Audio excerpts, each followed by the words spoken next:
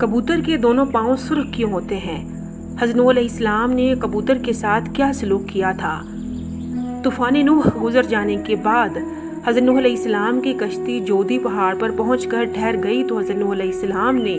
روئے زمین کی خبر لانے کے لیے کبوتر کو بھیجا تو وہ زمین پر نہیں اترا بلکہ ملک سبا سے ایک زیتون کی پتی چونچ میں لے کر آ گیا۔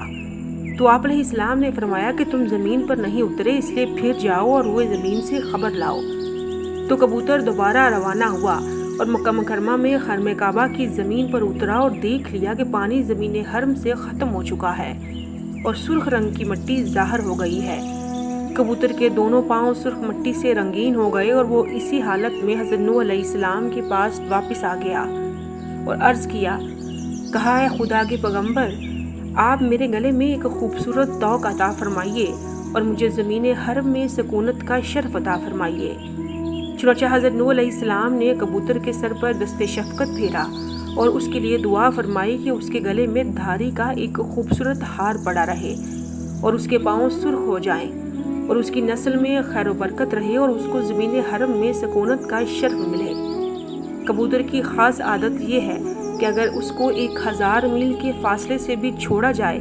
تو یہ اڑ کر اپنے گھر پہنچ جاتا ہے، نیز دور دراز ملکوں سے خبریں لاتا اور لے جاتا ہے۔ اور یہ بھی دیکھنے میں آیا ہے کہ اگر کبھی کسی کا پالتو کبوتر کسی جگہ پکڑا گیا اور 3 سال یا اس سے بھی زیادہ مدت تک